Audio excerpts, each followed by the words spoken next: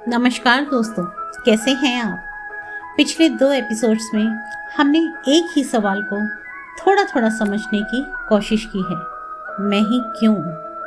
और फिर हमने ये भी समझा कि भागवत गीता के हिसाब से जो सिचुएशन हमारे सामने आती है वो रैंडम नहीं होती, वो हमारे कर्म का हिस्सा होती है। अब यहीं पर मन नेचुरली अगला सवाल पूछता है, अगर ये मेरा कर्म है तो मुझे करना क्या है। क्या मैं तुरंत कुछ एक्शन लूँ, क्या मैं सब कुछ छोड़ दूँ, या फिर बस चुपचाप जो चल रहा है उसे सह लूँ। यही मोमेंट अर्जुन के साथ भी आया था। उसने मान लिया था कि युद्ध उसके सामने है, पर उसके मन में अब भी सवाल था, मैं युद्ध कैसे करूं और किस सोच के साथ करूं। यहीं पर श्री कृष्ण ने अर्जुन को एक बहुत सिंपल बात समझाई। उन्होंने ये नहीं कहा बस लड़ लो, उन्होंने ये भी नहीं कहा सब छोड़ दो।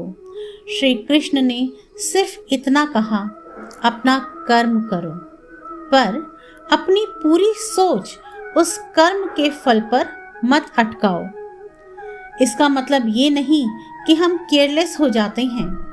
इसका मतलब सिर्फ इतना है कि हम जो कर सकते हैं वो पूरे मन से करें, और जो हमारे कंट्रोल में नहीं है उसे पकड़ने की जिद ना करें। डेली लाइफ में भी जब हम पूछते हैं अब मुझे क्या करना है, तो भागवत गीता का जवाब होता है, जो तुम्हारे हाथ में है उसी पर ध्यान दो। आज के एपिसोड में बस इतना ही याद रखिए, हर सिचुएशन को तुरंत सोल्व करना आपका कर्म नहीं है। कभी कभी सिर्फ सही जगह पर अपना एफर्ट देना ही काफ़ी होता है।